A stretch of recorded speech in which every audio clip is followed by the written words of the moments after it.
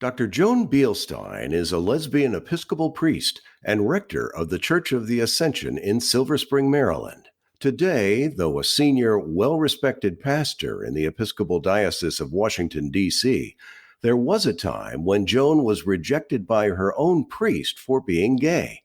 And even after being ordained a priest herself in 1994, Joan struggled to find employment because no one wanted to hire an openly lesbian priest. In this revealing interview with PFLAG Cape Cod's Rick Koonce, Joan looks back on a storied career that has spanned nearly 30 years, and she talks movingly about how, for her, human sexuality, sexual orientation, gender identity, and spirituality are all beautifully and inextricably intertwined.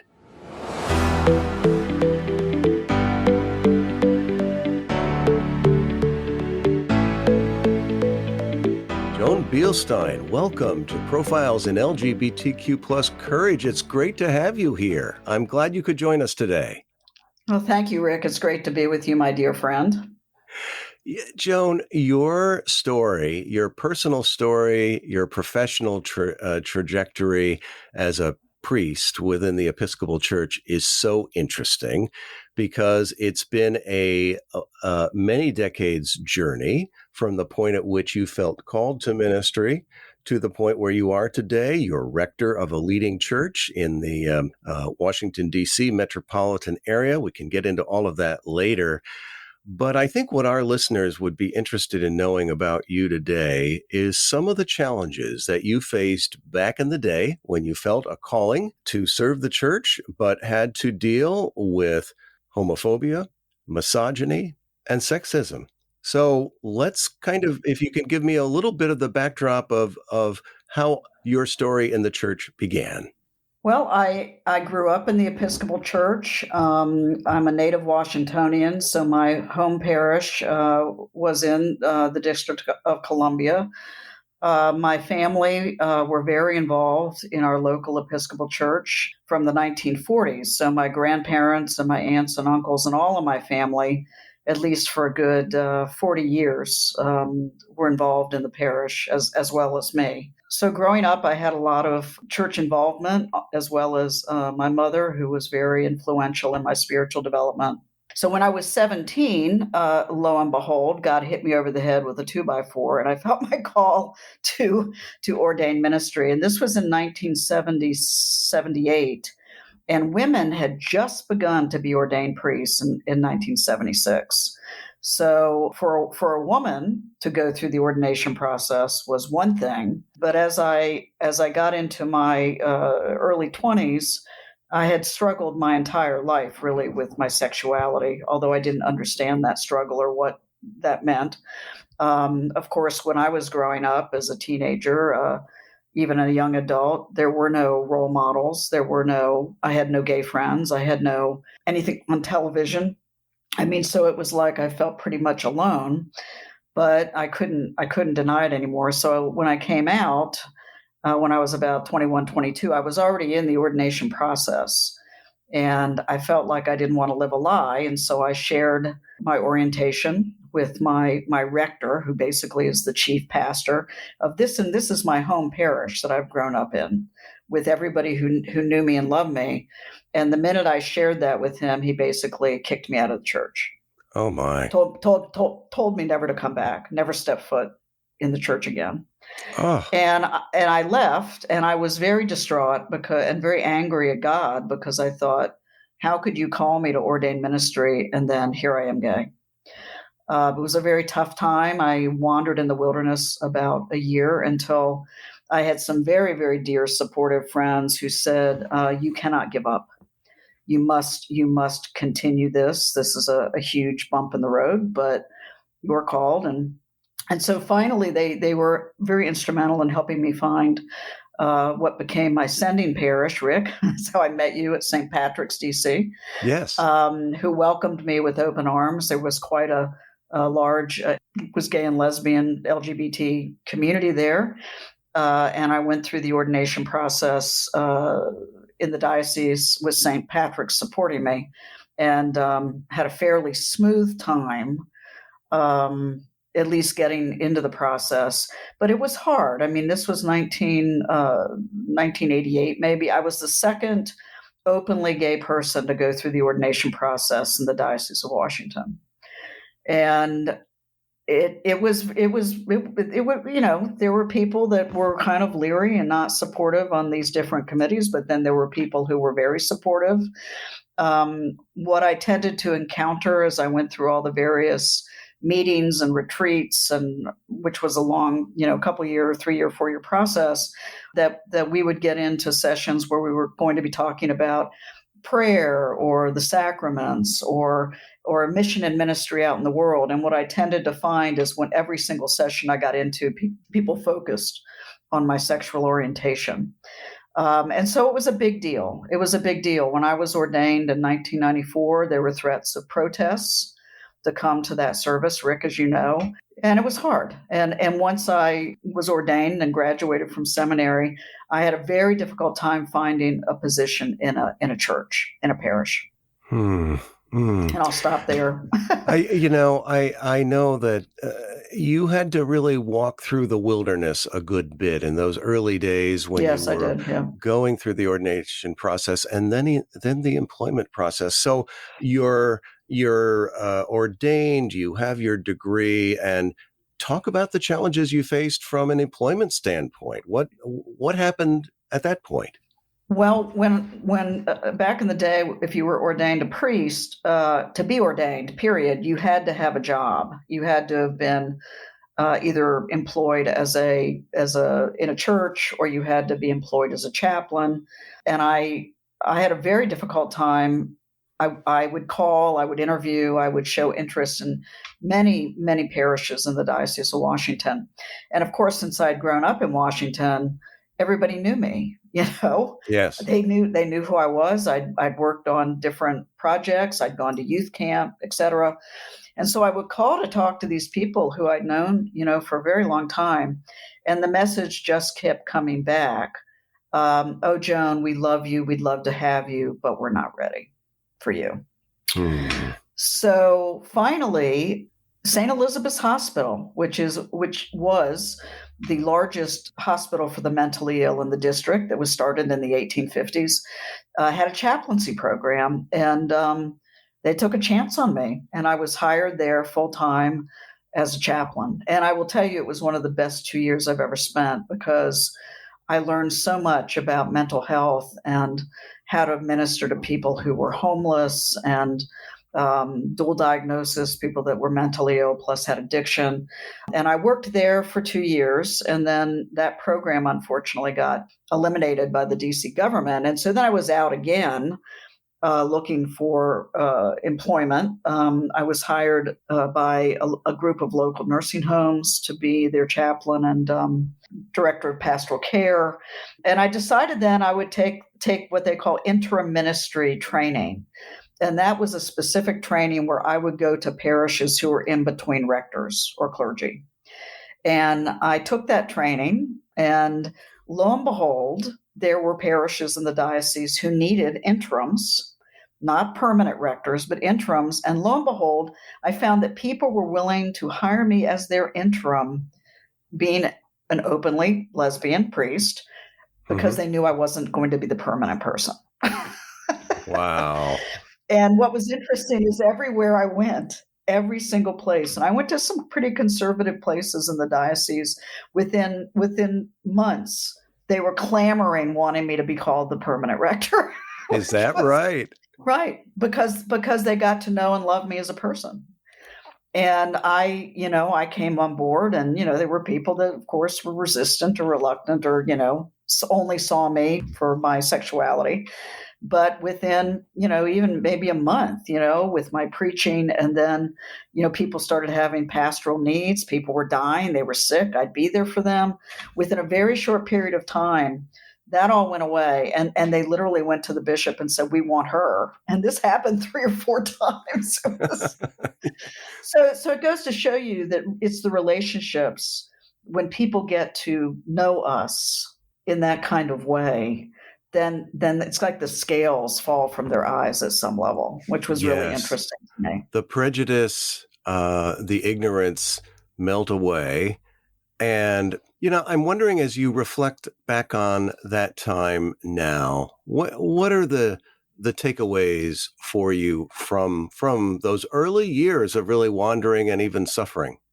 Well, it's interesting. When you're in the midst of those wilderness years, you don't see a whole lot because you're pretty down and blue and upset, discouraged. But now, in looking back, and that was many years ago, I guess what I would say for me, the takeaway is I realized that I was a really strong person, that I had an inner strength that maybe I didn't feel at the time, Yes. that I believed in myself, I believed in my call. I had worked my way through all of those negative messages that we get from church and society and even our families, and friends. I was able to work through all that negativity and come out on the other side realizing that I was a really good person and that I was a beloved child of God, just like everybody else. And that our society and the institutional church, by the way, is not equal to God. Good point. God is God's own entity. God is a God of love and compassion and justice. And that once I was able to realize that God was on my side of love and peace and justice, that I was able to devote myself to trying to work through and change these systems and these prejudices one by one, parish by parish, friendship by friendship. And I feel like I'm glad I put that time in. I think there are a lot of people that just feel like, wash their hands of the church and religion because what we see out in the media is not, you see the fundamentalists and the, oh my gosh, let me just throw it out there, the Mike Pences of the world and some of these, that's not the exclusive brand of Christianity. Yeah. But they seem to get the most, airtime. But that is not who a lot of churches are. We're very welcoming, we're very inclusive, and we do not hold those fundamentalist ideas. So your experience, of course, has been within the Episcopal Church. And I'm wondering, institutionally, where do you feel your denomination is today, and what has prompted that? I presume you would say it's the influence, the engagement of people like yourself and others. But where is the church today, and where are things needing to continue to evolve to? Well, the church, it's interesting. The Episcopal Church has a very, very interesting history. And I'll just go back that actually we were the only denomination to not take sides during the Civil War, which is not a great thing. That is not a part of our history that we're proud of.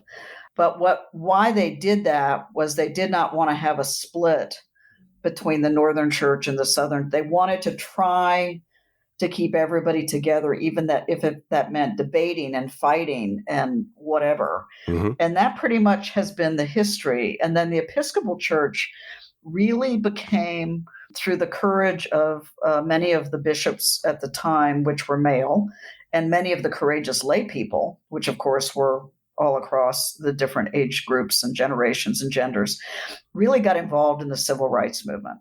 And that's when the church began to make a shift really toward social justice. And that was in the 60s.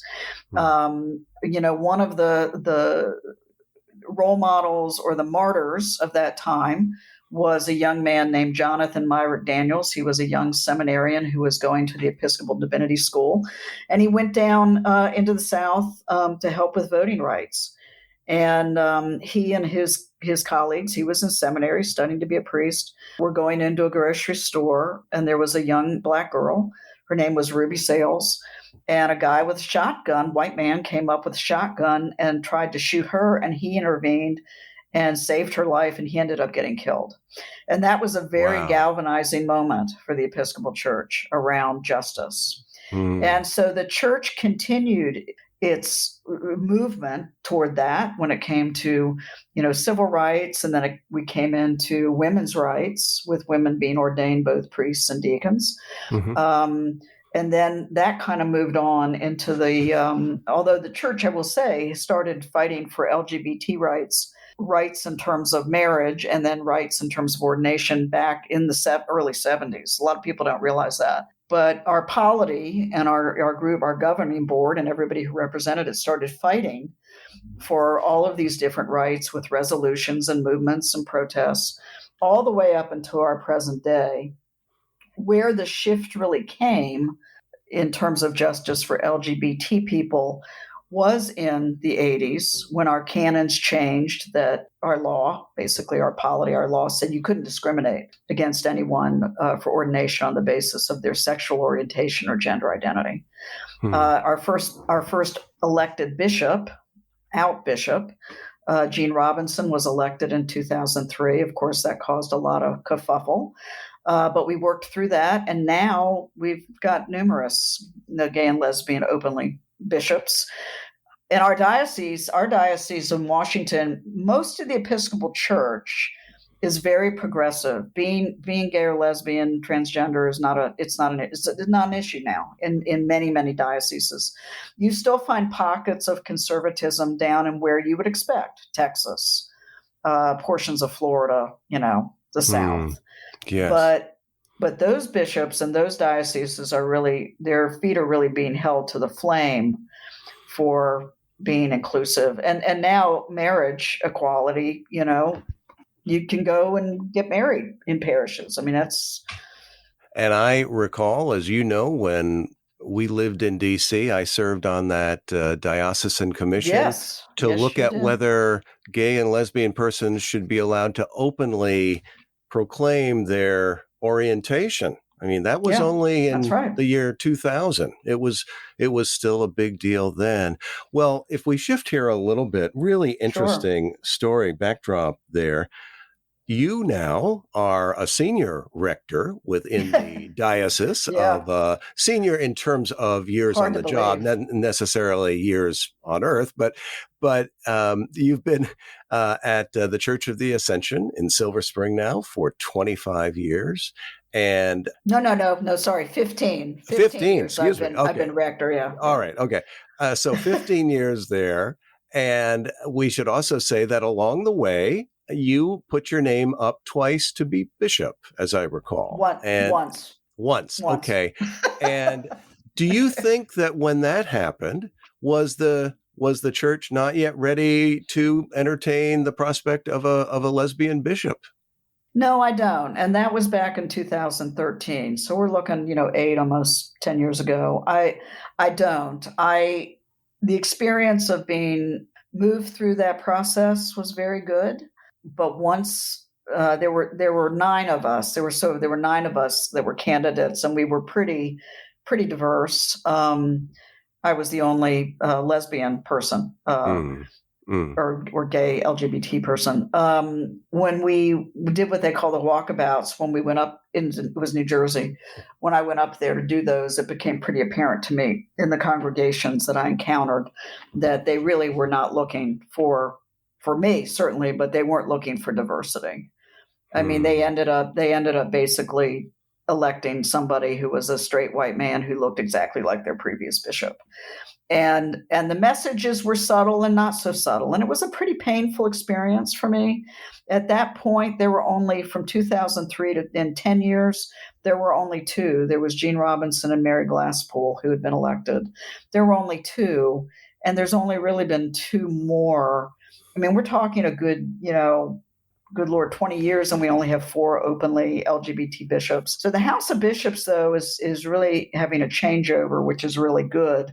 There are many more women being elected bishops. There's many more women of color being elected bishops. That's still an area where the church needs to grow, though, in terms of the episcopacy, in terms of LGBT bishops. That is an area, I will say, of growth. In terms of diversity, equity, and inclusion. And, so I want to pivot here in a minute to talk about your life experience in a broader frame. But it strikes me as interesting that your experience institutionally with the church as a lesbian is probably analogous to what other LGBTQ folks have encountered in their faith traditions or in their educational institutions or within their families. So some of this is a factor of when you have lived and the timing of things. And so it's so interesting the difference that 5 or 10 years can make. And well, now I want to shift. And so along the way, you met a wonderful woman to whom you are Yes. today married. So talk a little bit about that and how that has sort of factored into your life experience, both as a pastor and just as an individual and as a partner in a marriage. Well, let me just I want to just backpedal a little bit, and that is that things have changed exponentially. I mean, it felt like the fight for equality, justice, rights, rights, the right to be married and ordained. It feels like in the last 30 years since I first was ordained that everything has moved so fast. And, if you had ever said to me, 30 years ago, that I would be able to be legally married to my wonderful wife, serving in a very active parish in the Diocese of Washington, to be open, I would have never believed it. If you had said to me, that I would be standing at the altar performing marriages for same-sex couples with all of their family and friends there, with big celebrations for so long, I would do marriages for heterosexual couples. Here I was doing all these marriages, and I couldn't get married myself. It was hard at some level with that. The irony of that. The irony of that. And then, everything has changed. The young couples that come to me today to get married, or the older couples, it doesn't matter. Especially the young ones who are like in their 20s or 30s or even their early 40s. They really are standing on the shoulders of us, I guess. I don't know. People say I'm a pioneer. I don't think I am, but I'm 60. But I really, they are the beneficiaries of the struggles. And I'm not saying there still aren't struggles for them, but they're different struggles from what you and I, Rick, and older, faced. So anyway, but yes, so I early on, I guess, I don't know, I was ordained maybe 5 or 6 years. I met Libby, a Brit from England, which is wonderful. I have a whole English family that supports us and loves us dearly, as Libby has an American family with my family who loves and supports us dearly. We're very blessed that we had two families that really embraced both of us. Not all people have that, of course, but yes, we've been married. It's been a wonderful relationship. We of course have to work at it like anybody else. But we've had the support of the people around us. We've had the support of the diocese. We've certainly had the support of Ascension, my faith community, who welcomed her with open arms. And I think that support is critical to have. And for those, and I'm just talking to those who are listening to this, LGBTQ, the support, if you don't have it from your family or your friends, go seek out support. It's there. You can find many supportive organizations, and you can find a faith community that's supportive. Go online and look up, Episcopal churches that support, LGBT people, or look around your area because they're there. But you need the support. You can't do it alone. Yes. Yes. As we talk about this, and of course, nowadays, in terms of the struggle for equal justice and equal rights, in so many respects, the torch of challenge has been handed to people who are transgender and non-binary. And in so many ways, they're today facing what gays and lesbians faced institutionally, organizationally, 20, 30, 40 years ago. Yes, and so 2 questions, or a 2-part question. What's your advice and counsel to people who are LGBTQ plus who maybe had a very negative experience with some version of faith tradition in whatever denomination it might have been growing up, and might even have been emotionally and psychologically damaged by them? What do they need to do, or what would be your counsel to them in terms of finding a supportive faith community in whatever denomination it might be? Well, let me say that, yes, what our transgender binary people are facing is just exactly what happened, and it's horrible. And, often what has happened with LGBT people is that that our main support system that you think we can count on, which is our family, has not been present. Yes. And that's very different from say, let's say, you're a person of color. You know that you can go home to your family who are people of color, and you're going to find that support because you're all in kind of a similar struggle. My experiences with many LGBTQ people is that they go home to seek support in their family, and this family just isn't there because it's something they don't understand, or they've been raised with their own biases. And that's why it is important in many ways, if you don't have that family support, is to create your own family. Yes. I mean, we certainly have done that, Rick. We have created, with our friendships, we have created our own, in a way, supportive family system. And that's important to do because there are other people out there that are struggling in the same way. There are many wonderful organizations that you can find to go to for support in different areas. Yes. The Episcopal Church, we actually do have a website it's called Trans Episcopal. Wow. That you can go to that will offer support and also offer support in finding safe places to go. Mm. The one thing that I will say is that if you have been really damaged by the church, which many people have in many ways, I mean, it doesn't just need to be around orientation and gender identity. Many wounded people have been wounded in many ways, beat over the head with the Bible, sexually abused by priests. I mean, it's very hard to trust. Again, it is very, very hard to trust. And I would say, if you venture into a community, make sure it's one that is welcoming to you, has diversity. Make sure that you feel comfortable with the leadership, where you feel that you can tell your story in a safe place. Look around to see if there are other people that look like you and are like you, so that you do have, a community there. But it is hard to trust, and it takes a process to. Basically, what has to happen is you have to reframe and reorient your whole view of God and the faith community. Yes. I also want to say, when you mentioned a moment ago that not only can you find faith traditions nowadays that are open to LGBTQ plus folks, but there are also a range of organizations, including PFLAG Cape Cod. Yes, PFLAG. Yep, and yep. One of the reasons that we've been doing this podcast series is to provide a resource to people who may be in any of a variety of life transitions, to know that there are communities of support and such out there.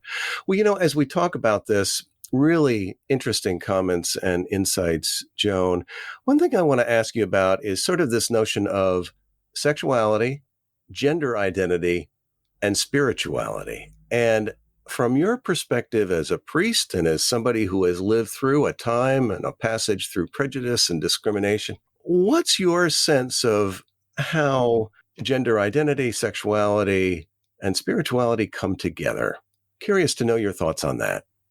Well, I would say that they all are part of the same whole. I think we are a people that are, we're made up of bodies, we're made up of minds, we're made up of spirits.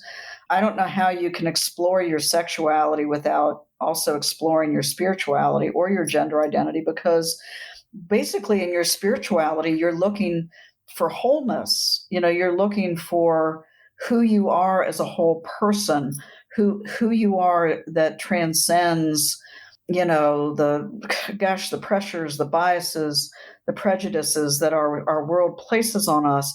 Your spirituality is really a journey toward wholeness, not only within yourself, but within your relationships, within your communities. There's a word for it, shalom. That's what shalom means. It doesn't mean necessarily peace.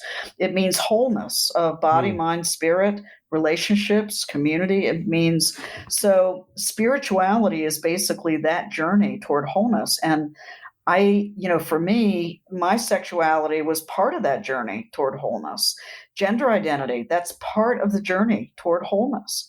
And spirituality is kind of the foundation that undergirds that whole journey for everybody. no matter who they are. And so what I would say too is that if you're struggling with sexuality or gender identity or any issue about who you are, start doing what you can to explore your spirituality. And that can be done in a community. It can be done in spiritual disciplines. It can be done by yoga. It can be done by meditation. It can be done by mindfulness. I mean, there's many, many avenues to explore one's spirituality that don't involve a church. And it doesn't matter what your denomination or tradition is. I mean, you could be Jewish, you could be Buddhist, you could be Muslim. It doesn't matter. I mean, but, start exploring your spirituality in a way that is comfortable to you to help you on that journey toward wholeness for who you are in terms of your orientation and your gender identity. Wonderfully and eloquently said. And Joan, is there anything that I have not asked you about that has come up that is top of mind for you as we wrap up here? Well, what I would say is that if I'm just looking around from a Christian perspective, and there are other denominations too, or other traditions too, that also have welcoming and affirming congregations. Certainly, there are Jewish synagogues, and there are other, like the UCC Church, United Church of Christ, the Unitarian Church. There are other denominations. The Methodist Church also has a welcoming and affirming ministry. Having said that, certainly the Roman Catholic Church is nowhere near acceptance and affirmation of LGBTQ people. You can see that. The Methodist Church is still struggling toward full acceptance of ordained people and same-sex marriage. Presbyterians, same thing. Certainly some of the more conservative denominations, Southern Baptists, the different branches of Lutheranism. I'm just going to throw this out there, and it's not just because I'm Episcopalian, please. The Episcopal Church is really the best thing going. We've been on the forefront. We're the most progressive of the denominations. It's gotten us in trouble with others. but of all the denominations out there, we are the ones that are forging ahead and have been most inclusive, most welcoming, and you can find those parishes pretty easily. But as a denomination umbrella, we are there. We are supportive. We are affirming. People can be ordained. People can be married, and they can be certainly welcomed to pastor and lead a major congregation. And we all the time at Ascension and Silver Spring have people seeking us out because we're very open about that on our website. And since I've been there in the last 15 years, our LGBT community has really grown. And they're totally welcomed and integrated. It's amazing. In my community, you've got people who are old and young and black and white and African and LGBT and married and single and parents. And everybody just loves each other and gets together. I mean, it's an amazing experience for me, and I'm so happy to be there. And I'll retire from there. That's the truth. Very good. Well, Joan Beilstein, Dr. Reverend Joan Beilstein, I want to thank you for being a guest on Profiles in LGBTQ plus Courage today. Really wonderful conversation and discussion. Thanks again so much. Well, thank you, Rick, for having me. And if there's anybody out there who's listening who would like to have a conversation with me or touch base, just ask Rick, and he can get us. He can connect us. And actually, we'll close if you want to give people the website to Ascension. Sure. Ascension's website is www.ascension, Ascension, silverspring.org. Very good. Well, again, Joan, thank you so much. Thank you, Rick. And thank you, everybody, for listening. Thank you for listening to today's interview. Founded in 1973, PFLAG is the first and largest organization for lesbian, gay, bisexual, transgender, and queer people and their parents, families, friends, and allies. We have over 400 chapters and more than 200,000 members and supporters nationwide.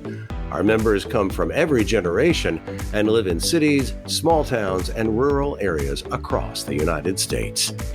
PFLAG is committed to creating a world where diversity is celebrated and all people are respected, valued, and affirmed. For more information about PFLAG, explore the rest of this website or visit PFLAG National at pflag.org.